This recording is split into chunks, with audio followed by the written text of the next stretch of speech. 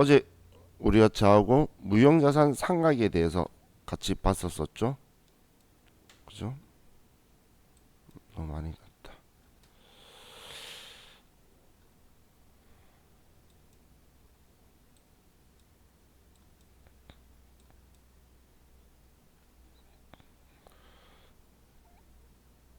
자, 우리 무형자산의 상각에 대해서 나오는 키워드들은 그 이론 시험에서는 모든 상각 방법을 지금 우리 교재에 있는 것처럼 모든 상각 방법을 다 사용이 가능한데, 그런데 합리적인 상각 방법을 선택할 수 없을 때에 우리가 정해법을 사용한다라는 걸 알고 있는지 또 질문을 할 거고, 자, 그리고 이 무형자산은 원칙적으로 내용연수를 20년을 초과할 수 없다라고 했죠.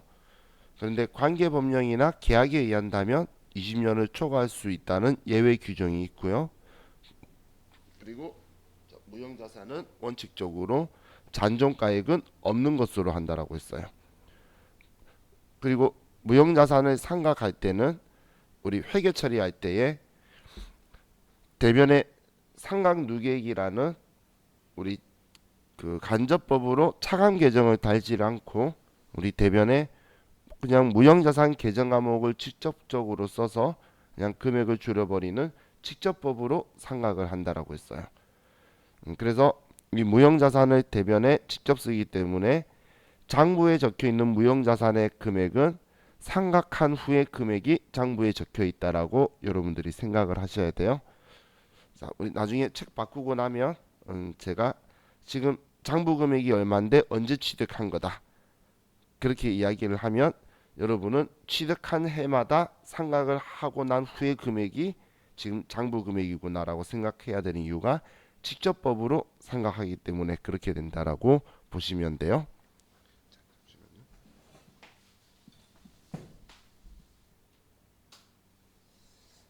그럼 우리 무형자산에 대해서는 크게 뭐 상각하는 것 말고는 볼 거 없으니까, 자, 그럼 우리 기타 비유동 자산에 대해서 뭐 같이 이야기할 때는 제가 임차보증금액 거래처 꼭 기록하셔라고 했고, 그리고 전세권을 임차보증금에서 받다라는 거 좀 기억하자라고 했었죠.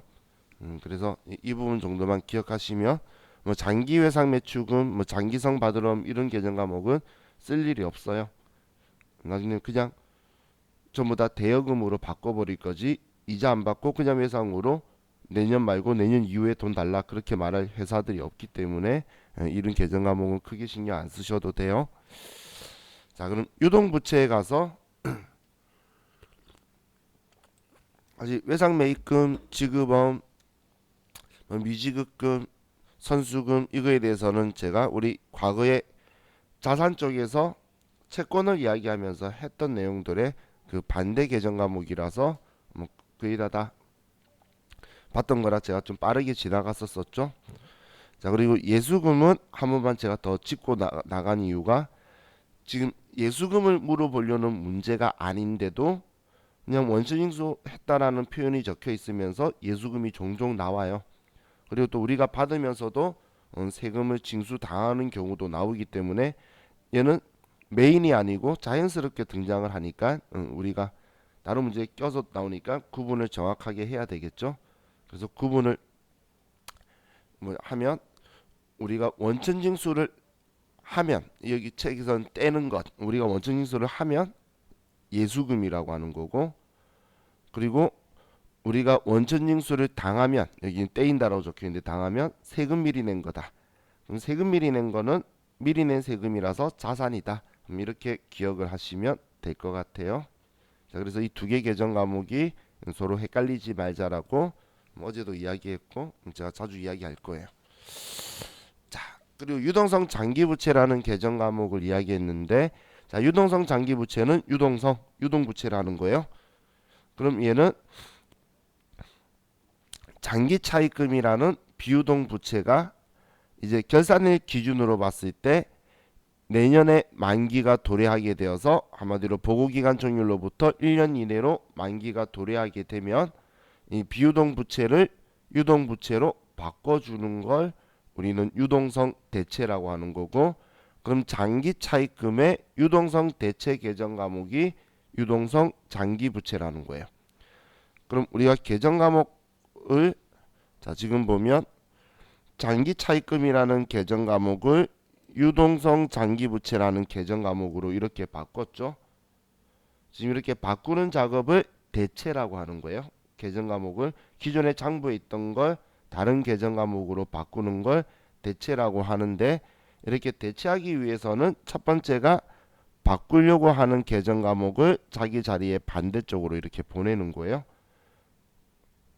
지울 계정 과목을 반대쪽으로 보내고 대신 쓸 계정 과목을 이제 그 자리에 써주는 게 우리가 대체하는 과정이다라고 생각하시면 돼요. 그래서 무슨 대체라는 표현은 이 계정 과목으로 바꿨다라는 의미를 생각하시면 돼요. 그래서 방금 유동성 대체라는 건 비유동을 유동으로 바꾸는 거고, 그럼 비유동 부채인 장기 차입금의 유동성 대체 계정 과목이 유동성 장기 부채다라고 여러분들이 생각을 하시면 돼요. 자, 다음 우리 사채에 대해서 봤었는데, 이 사채라는 건 우리 기업이 대량의 금전을 불특정 다수에게 대량의 금전을 차입하기 위한 수단이다라고 보시면 돼요. 그럼 돈 빌리기 위해서는 차용증이나 금전 소비대차 계약서처럼 그런 우리가 약정에 대한 정보를 외부 이용자한테 제시를 해야지 우리가 돈을 빌릴 수 있겠죠. 그 제시해 주는 게 채무증권, 우리 흔히 말하는 채권이라고 말하는 게 내가 돈 빌려서 이자 얼마 주고 만기 언제고 언제 원금을 주겠다, 그런 내용이 우리 채권이다라는 거예요. 그럼 우리가 이 계정 과목을 쓰는 거는 이 사채라는 건 돈을 빌리는 거예요. 채권을 발행한다라고 이야기는 계속하지만 결론적으로 돈 빌리는 거예요. 채권을 발행하면서 얼마 빌렸다고 적은 만큼의 증권을 발행해 주는 건데, 그럼 돈 빌리면 차변엔 돈이 들어오겠죠. 그리고 대변에 언제 갚아야 된다, 아니면 어떻게 빌렸다고 쓰는 건데, 그때 대변에 사채라는 계정 과목을 쓰는 거예요. 그럼 이 사채라는 계정 과목은 자 우리 상식처럼 기억을 해두세요. 채권은 최소 3년이에요. 최소 1년짜리 채권은 없어요. 1년짜리 채권을 내가 샀다면 발행하는 거 산 게 아니고 시장에 떠돌아다니는 걸 산 거예요.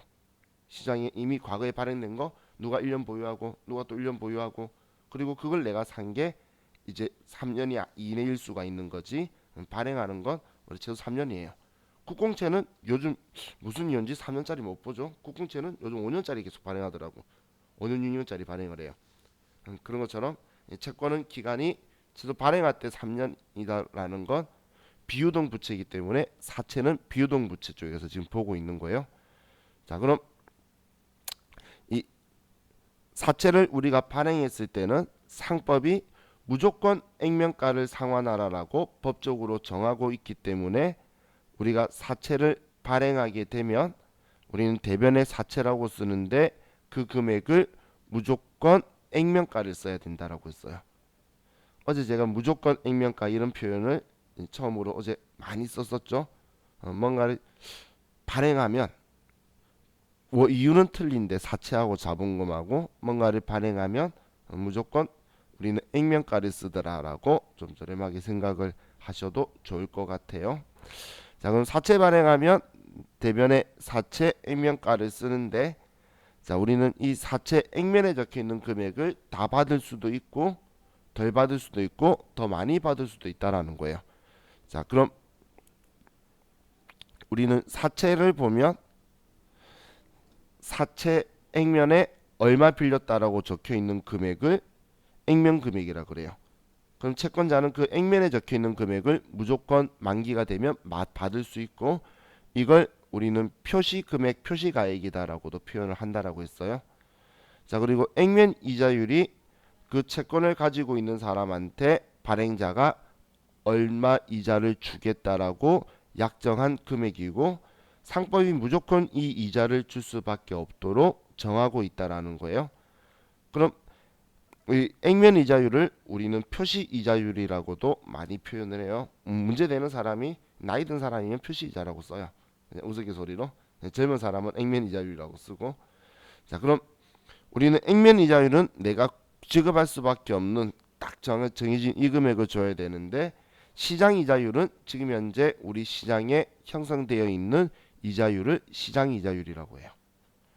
그럼 이 두 이자율의 차이에 따라서 우리는 액면 발행, 할인 발행, 그리고 할증 발행이 구분이 될 건데, 자, 우리 다음 페이지에서 시장 이자율, 액면 이자율 봤을 때, 자, 우리는 항상 이 생각을 하는 거예요. 액면가가 내 거예요. 내가 발행하는 증권에 적혀 있는 금액. 액면이 내 거예요.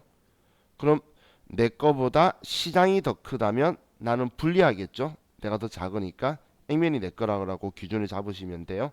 그럼 내 거보다 시장이 더 크면 내가 불리하기 때문에 할인 발행을 하게 되는 거예요.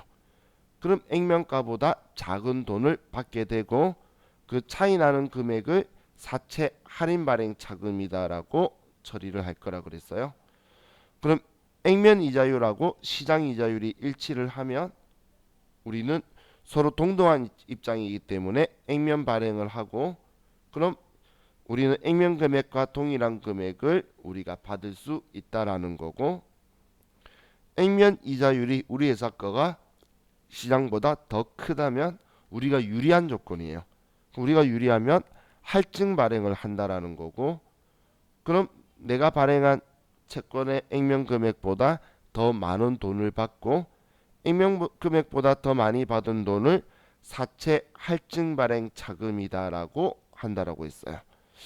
자, 그럼 할인 발행했을 때 액면 가액과 내가 발행한 금액 발행 가액의 차이가 사채 할인 발행 차금이라고 쓰는데, 이 사채 할인 발행 차금 계정은 사채 부채인 사채를 줄여주는 차감 계정의 성격이다라고 했어요. 그럼 반대로 액면 가액보다 돈을 더 많이 받은 발행가가 더 높다면 액면 가액과 발행 가액의 차익을 우리는 사채 할증 발행 자금이라고 할 건데, 이거는 사채를 더해주는, 높여주는 가산 계정이라는 거예요. 그래서 사채가 부채니까 얘는 대변에 이렇게 쓰게 되죠. 그럼 합쳐지는 거예요. 그냥 우리가 작게 받았을 때는 사채를 작게 받은 만큼만 쓰면 좋고, 많이 받았을 때는 많이 받은 걸 쓰면 좋은데, 우리는 회계 기준상 액면 금액을 상실하지 말라라는 기준이 있기 때문에 사채는 제가 무조건 액면가라고 그랬죠. 그렇기 때문에 작게 받았으니까 차감 계정을 단 거고, 얘는 많이 받았으니까 가산 계정을 다는 방식의 원리로 장부를 기록한다라고 보시면 돼요.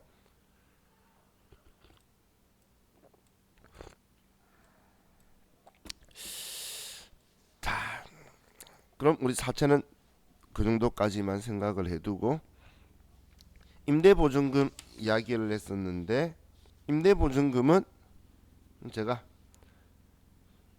거래처 꼭 쓰자라는 중요 포인트 말고는 특별하게 여러분한테 이야기한 건 없죠. 좀 다르게 말하면 거래처가 아주 중요한 계정 과목이다라고 생각하시면 돼요. 자, 다음 퇴직급여 충당부채라는 계정 과목을 봤는데, 우리 74페이지에, 자, 퇴직급여 충당부채라는 건 회계상에 우리 직원들의 퇴직금을 모아두는 우리 계정 과목이다라고 보시면 돼요. 실제로 돈을 모아두는 건 아니고, 우리는 이 퇴직급여 충당부채 계정 과목을 사용하는 취지는 올해 발생한 퇴직금을 올해 비용으로 처리를 하기 위해서 사용을 하는데, 근데 퇴직급여라고 비용 처리하는데 비용 처리했다는 건 내 돈 아니야 라고 단정 짓는 거예요. 그럼 비용 처리했으면 내 돈 아니야 라고 단정 지었으면 돈 줘야 되는데, 내가 가지고 있죠. 내 거 아니야 라고 한 걸 가지고 있는 건 내 거 아닌 걸 가지고 있는 거잖아요. 제가 그걸 부채라 그랬죠. 그럼 내 돈 아닌 걸 가지고 있어서 퇴직급여 충당부채는 부채가 되고, 직원이 언제 퇴사하고 이걸 가져갈지를 모르기 때문에 우리는 비유동 부채로 퇴직급여 충당부채를 두고 있다라고 보시면 돼요. 자, 그럼 이 퇴직급여 충당부채는 우리가 기말에 1년에 한 번 하는 게 당연히 가장 효율적이겠죠.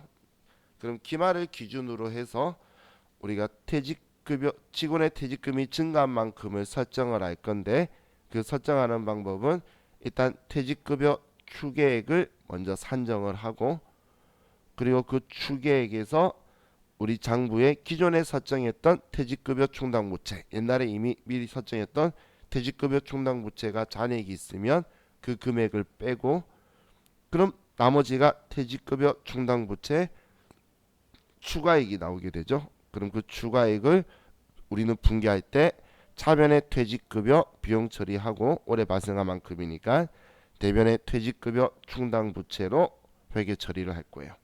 자, 그랬다가 직원이 그만두게 되면 우리는 제일 먼저 해야 되는 일이 이렇게 퇴직급여 충당부채 잔액을 확인하는데, 사실 퇴직급여 충당부채 잔액을 확인한다라는 건 퇴직급여로 비용 처리해둔 잔액을 확인하는 거예요. 설정할 때 이렇게 비용 처리하잖아요.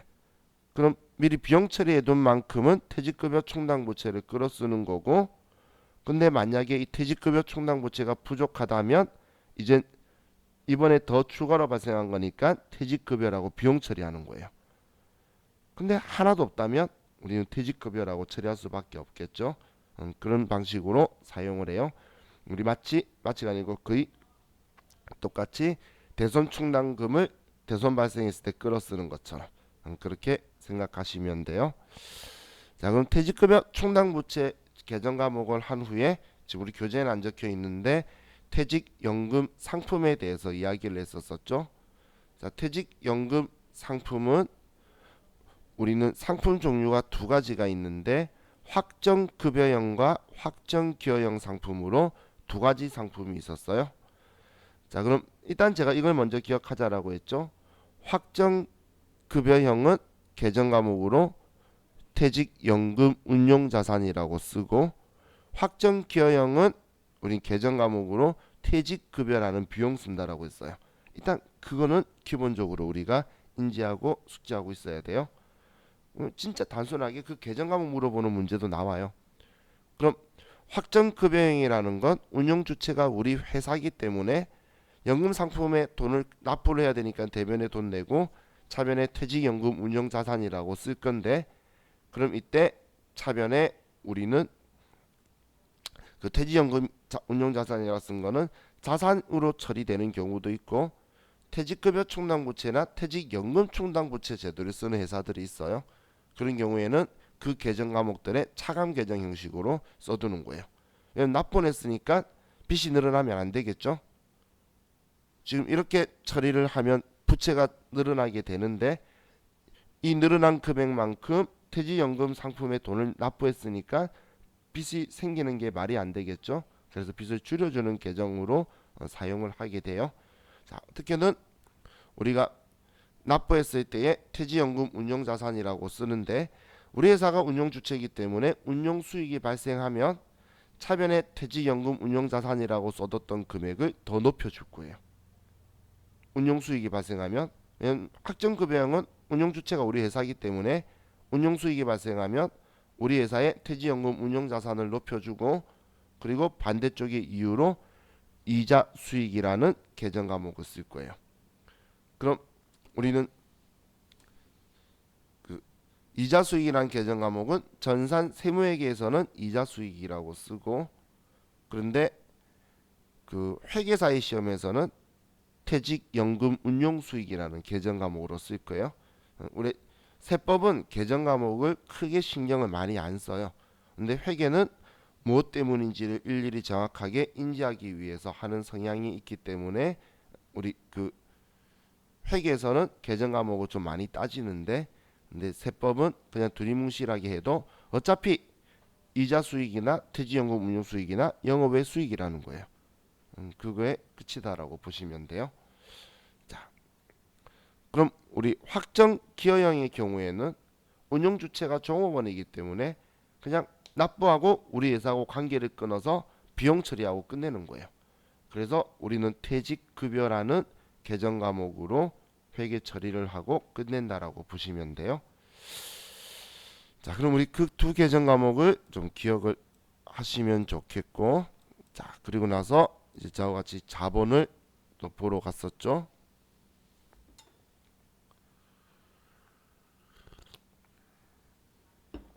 자 자본에서는 제가 이렇게 자본금, 자본잉여금, 자본조정 이렇게 합쳐가지고 납입자본이다라고 했고, 캐피탈이라는 거고, 자본 간의 거래, 기타 포괄 손익누계액, 이익잉여금 이 두 개를 가지고 우리가 손익자본이라고 그랬어요. 인컴이라고.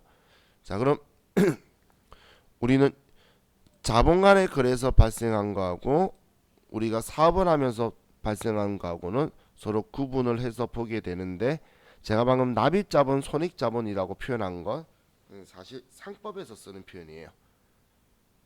그런데 회계 기준서에 이렇게 적혀 있어요. IFRS 같은 경우에 자본은 자산에서 부채를 차감한 것으로 한다. 그리고 각 나라의 상법에 따른다고. 그러면 상법으로 하는 게 제일 일반적으로 정확하겠죠.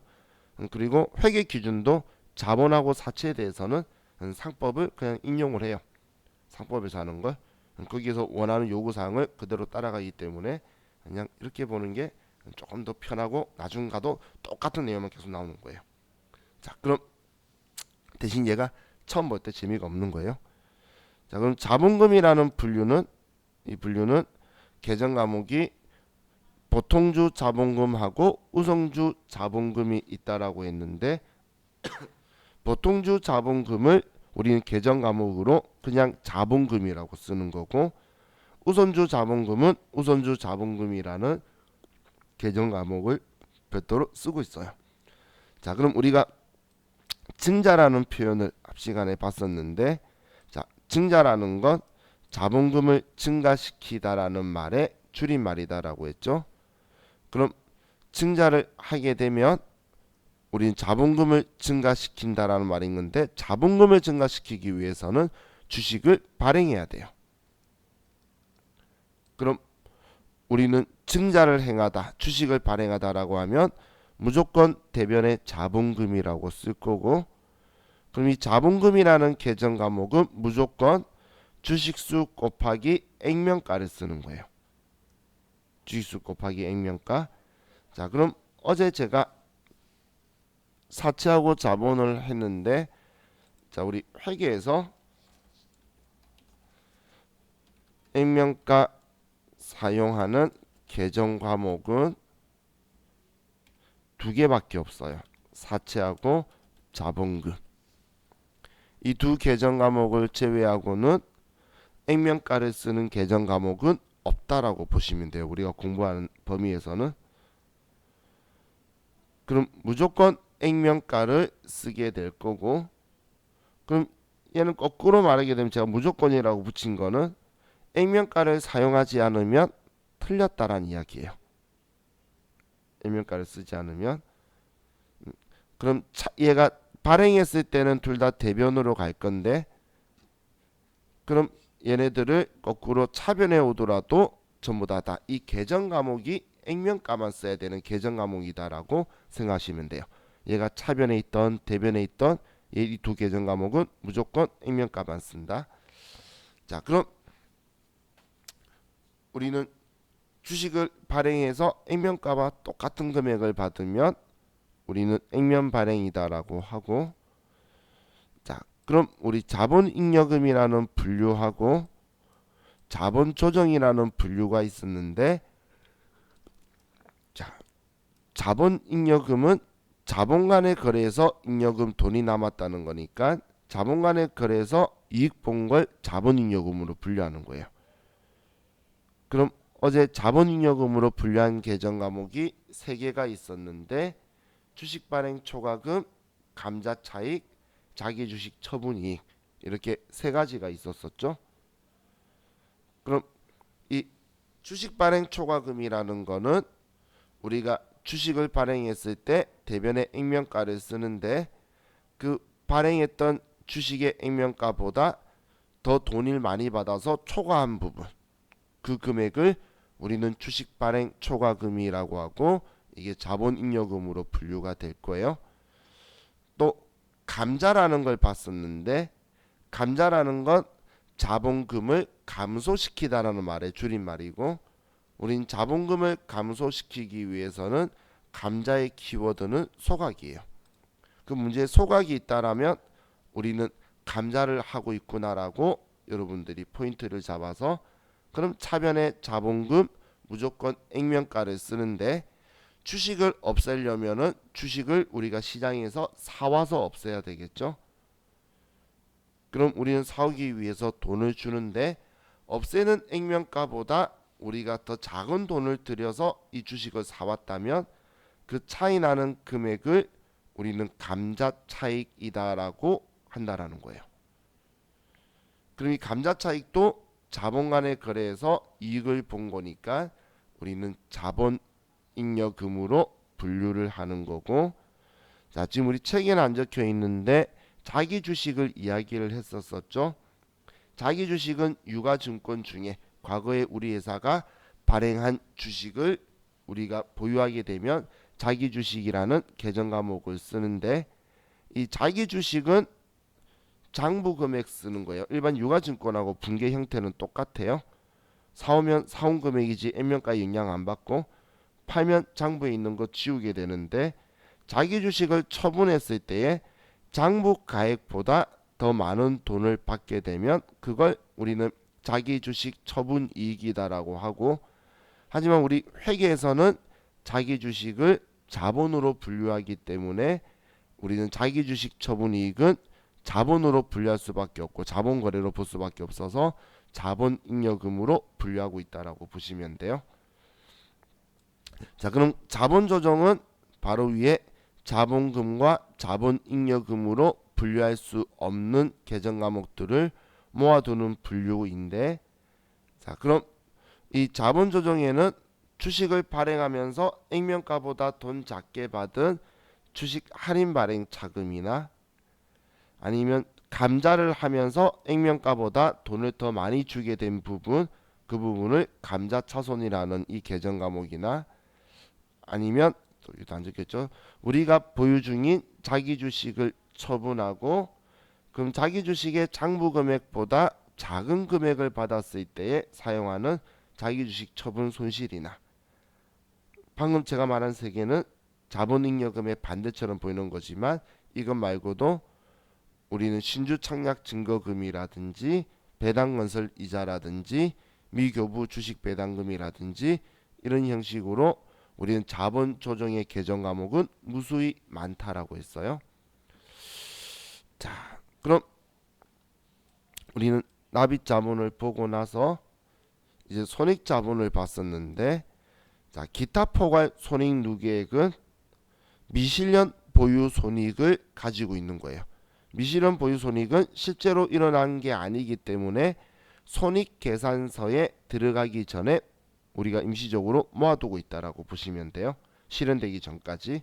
그래서 지금 우리 책에도 당기순이익에 포함되지 않는 평가손익의 누계액이다라고 적혀 있죠. 그래서 기타 포괄 손익 누계액의 키워드가 평가나 환산이에요.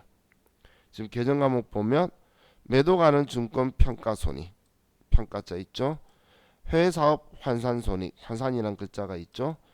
현금 흐름 위험회피 파생상품 평가손익, 재평가 잉여금, 이런 것처럼 계정 과목에 평가나 환산이란 글자가 있는 자본 계정은 전부 다 기타 포괄 손익 누계액이다라고 보시면 돼요. 자, 그럼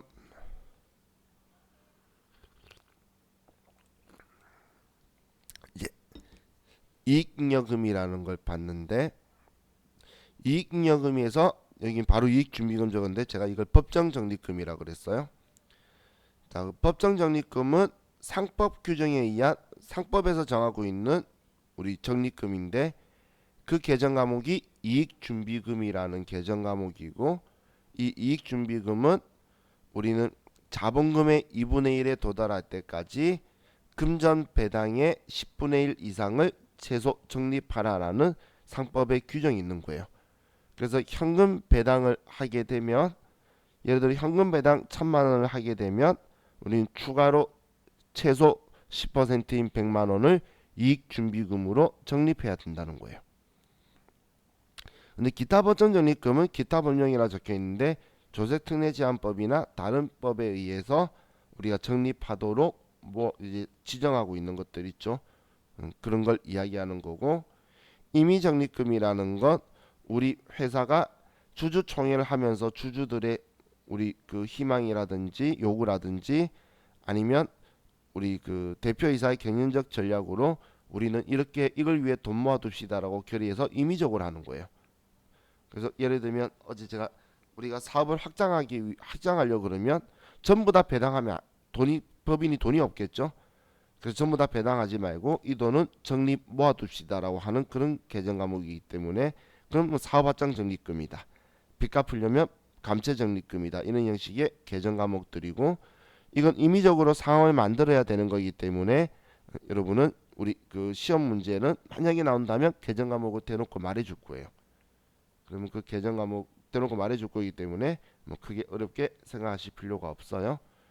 자, 그럼 처분 전 이익잉여금 적혀 있는데 일반적으로 미처분 이익잉여금이라 그래요. 처분 전인데 아직 처분 안 한 미처분 이익잉여금 이야기하고, 그럼 이 미처분 이익잉여금에서는 2월 이익잉여금이라는 개정 과목을 여러분들이 생각을 하시면 좋겠고, 그 2월 이익잉여금이라는 개정 과목이 우리가 실질적으로 배당할 때 사용하는 개정 과목이다라고 보시면 돼요. 자, 여기까지가 어제 저와 같이 이야기를 했던 부분인데, 자, 그럼 우리가 주식을 발행한 회사에서 주식을 발행하고 주주총회를 하고 그리고 그 주주총회 한 대로 배당을 실시하는 회계 처리를 좀 보도록 할게요.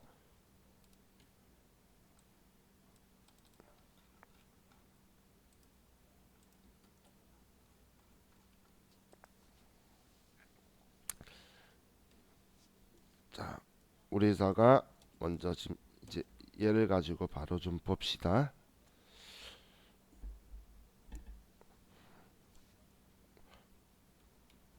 우리 회사가 1000주를 발행을 해요. 자, 1000주를 발행하는데 액면가가 1000원이고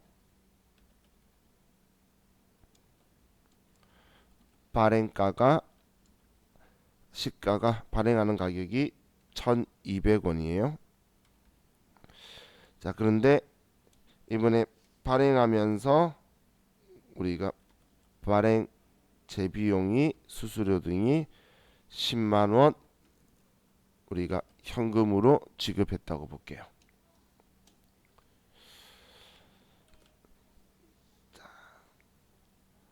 그럼 일단 우리가 이렇게 주식을 발행을 하면, 주식 발행했다 그러면 이것저것 볼 것 없이 대변의 자본금 그리고 주식수 곱하기 액면가, 얘는 무조건 그냥 100만원인 거예요.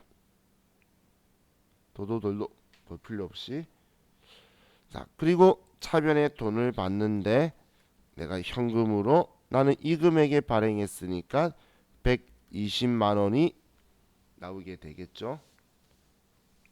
자, 그리고 이제 나는 그냥 이익이다 손해다라고 하려고 했는데 봤더니 발행하면서 우리가 수수료 같은 게 우리 발행할 때는 증권인쇄비부터 등록비하고 이런 돈들이 들어갈 수밖에 없어요. 주식을 발행을 하면.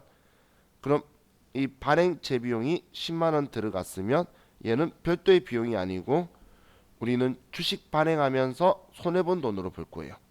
이 돈을. 그래서 이 돈이 대변에 또 10만원이 나가게 되면, 자, 우리는 20만원 이익인 줄 알았는데 주식 발행하면서 10만원만 이익을 보게 됐죠. 그죠? 그래서 이걸 그럼 10만원만 가지고 우리는 주식 발행 초과금이다라고 쓸 거라는 거예요. 그래서 우리는 지금 이렇게 되고 나면 주식 발행 가격은 우리는 110만원이 되는 거예요. 주식 발행 가격은 110만원이 되는 거예요.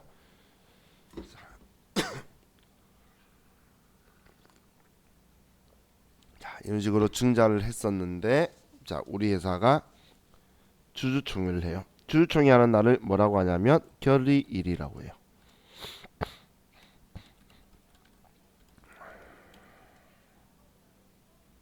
또 다른 말로는 처분 확정일이다라고도 표현을 해요. 자, 그럼 우리는 배당 가능한 이익이 2월 이익잉여금이란 계정 과목이에요. 2월 이익잉여금. 그렇기 때문에 2월 이익잉여금은 자본이죠. 자본의 자리는 대변일 거잖아. 그럼 2월 이익잉여금은 대변에 쌓여 있는데 이걸 배당하는 만큼 줄어드니까 배당하는 만큼 차변에 2월 이익잉여금이 차변으로 오게 될 거예요. 배당하는 금액만큼 이 금액이 줄어들 거란 이야기예요. 자, 그리고 이제 대변에 우리가 배당을 하는데, 자, 현금 배당을 100만 원 하기로 했다라고 볼게요. 자, 얘는 현금 배당을 한다면, 제가 이렇게 표시한 건 계정 과목이 아니에요. 현금 배당을 하게 되면 우리가 주주총회 하는 날 현금을 줄 수 없잖아. 그렇기 때문에 주주총회 하는 날에는 배당하겠다라고 해놓고 미지급 배당금이라는 부채 성격의 계정 과목을 써둘 거예요. 현금 배당을 하면, 자, 미지급 배당금이라는 부채 성격의 계정 과목을 쓸 거예요. 자, 헷갈리셨으니까 이렇게 줄일게요. 자, 다음 우리가 주식을 1000주를 배당하기로 했어요. 그럼 주식 배당을 하면 우리는 주주총회 하는 날 주주들한테 현금도 그 자리에서 못 나눠줘서 나중에 며칠까지 입금하겠습니다라고 하면서 결의를 하는데, 주권을 인수해 가지고 주식을 발행해 줄 수 있는 상황은 더더욱이 안 되겠죠. 그래서 이때 쓰는 게 위교부 주식 배당금이라는 계정 과목을 쓸 거예요. 자, 미교부 주식 배당금 우리 어제 들은 적 있는데, 오늘도 살짝 들었는데 어느 분류에서 들었는지 기억나시나요?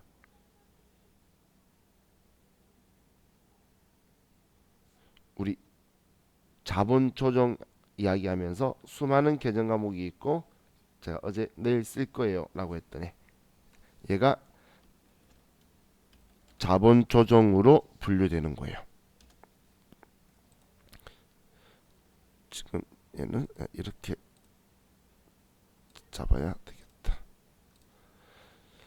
자, 얘만 계정 과목이에요. 지금 제가 위아래 쓴 거는 현금 배당한다면 미지급 배당금 써야 되고, 주식 배당한다면 미교부 주식 배당 써야 되고, 얘네들 성격은 이거다라고 적어 놓는 거예요. 자, 그럼 주식 배당 천주한다고 하면 우리는 주식 액면가가 1000원짜리인데 1000주니까 100만 원의 자본금이 결국 주식 발행하면 늘어나게 되겠죠. 그래서 얘는 100만 원이다 이렇게 써둘 거예요. 자, 만약에 이렇게 하고 우리가 주주총회를 끝내겠습니다 라고 끝내면 우리 회계 담당자는 안 시켜도 알아서 이익준비금 가지고, 자, 이 이익준비금이 현금 배당의 최소 10% 적립하는 거죠. 그럼 얼마 적립하라고 결의 안 하면 그냥 상법상 최소 한도로 하는 거예요. 그럼 최소는 금전 배당인 현금 배당의 10%를 적립할 거예요. 자, 이렇게 하고 우리는 결의 회계 처리가 끝이 나면 현금 배당한 거 100만 원, 주식 배당한 거 100만 원, 이익준비금 적립한 거 10만 원 해서 210만 원이 2월 이익잉여금에서 줄어들게 되는 거예요. 그래서 제가 2월 이익잉여금이 배당 가능 이익이다라고 말했는데 얘가 자본으로 대변에 있던 걸 이렇게 배당하는 금액만큼 이익잉여금을 줄인다라고 보시면 돼요. 자, 그럼 이렇게 하고 나서 우리가 이제 현금 배당을 실시를 하면 그럼 이제 이 미지급 배당금을 지워주면 되겠죠. 배당을 하면 이제 부채 없어져야지. 그래서 미지급 배당금이다 100만원 이렇게 쓰고 대변에 현금으로 100만원을 지급하면 되고, 다음 주식 배당을 실시를 하면 우리는 미교부 주식 배당금을 이제 지워주고, 자 그리고 자 우리 주식 배당은 우리가 주식을 사서 주주들한테 주는 게 아니고 주식 배당은 주식을 발행해서 주는 거예요. 우리가 그래서 주권 인쇄를 이날에 못하기 때문에 미교부 주식 배당금이라고 자본 조정으로 뒀다가 이제 주식 배당을 실시한다는 건 주식을 발행해 주는 거죠. 자 주식을 발행하면 무조건 대변에 자본금, 돈 받았다 안 받았다 상관없어요. 주식을 발행하면 무조건 대변에 자본금이다라고 쓴다라는 거예요. 자 지금 이렇게 가는 게 우리는 배당에 대해서 우리 회사가 결의를 하는 건데, 자 시험에서는 이 부분이나 이 부분이 나올 때가 있어요. 근데 문제에선 우리가 세무일급이 아니기 때문에 쉽게 해주기 위해서 결의일날 며칠날 결의했다라는 걸 알려줄 거야. 며칠날 결의했다는 걸 알려주면 그 날짜로 가면 대변에 이렇게 적혀 있을 거라는 거예요. 그럼 우리는 이걸 보고 미지급 배당금이 현금 배당, 미교부 주식 배당이 주식 배당이라는 걸 알고, 그럼 얘 실시하는 거니까 얘를 지우기 위해 반대쪽으로 가야 된다는 우리 생각할 수 있겠죠. 그럼 현금 배당은 뭐 지금 현재 시점으로는 뭐 보통 예금이나 아니면 당장 예금을 줄 수도 있겠죠. 그리고 주식 배당은 우리는 주식을 발행해서 배당해 주는 거다라고 생각하시고, 그럼 주식 발행하면 돈을 받는 거든 안 받는 거든 우리는 대변에 자본금이라고 쓴다라는 거예요.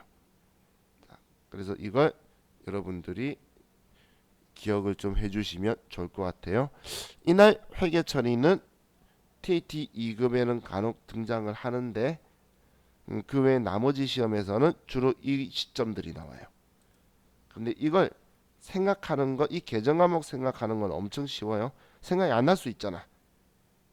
그럼 컴퓨터에서 자 우리 스마트 A 봤을 때 우리 정기분 잉여금 처분 계산서에 들어간 적 있죠? 그죠? 얘 들어가면 현금 배당은 미지급 배당금 쓴다. 주식 배당은 미교부 주식 배당금 쓴다. 코드 번호까지 알려주고 있죠. 그죠? 그럼 내가 계정 과목 생각 안 나면 뭐 여기 정기 거 들어가든 올해 거 들어가든 언제 걸 들어가든 간에 적혀 있어요. 이건 K랩 스마트에 구분할 필요 없이 둘 다 눈에 보이니까 뭐 이런 메뉴를 이용해서라도 이 계정 과목을 생각하시면 돼요. 자 이제 우리 배당하는 거였고, 자 우리 이번 시간은 여기까지 하고 이제 이 다음 시간에 자본의 우선상계에 대해서 설명을 드릴게요. 쉬었다 합시다.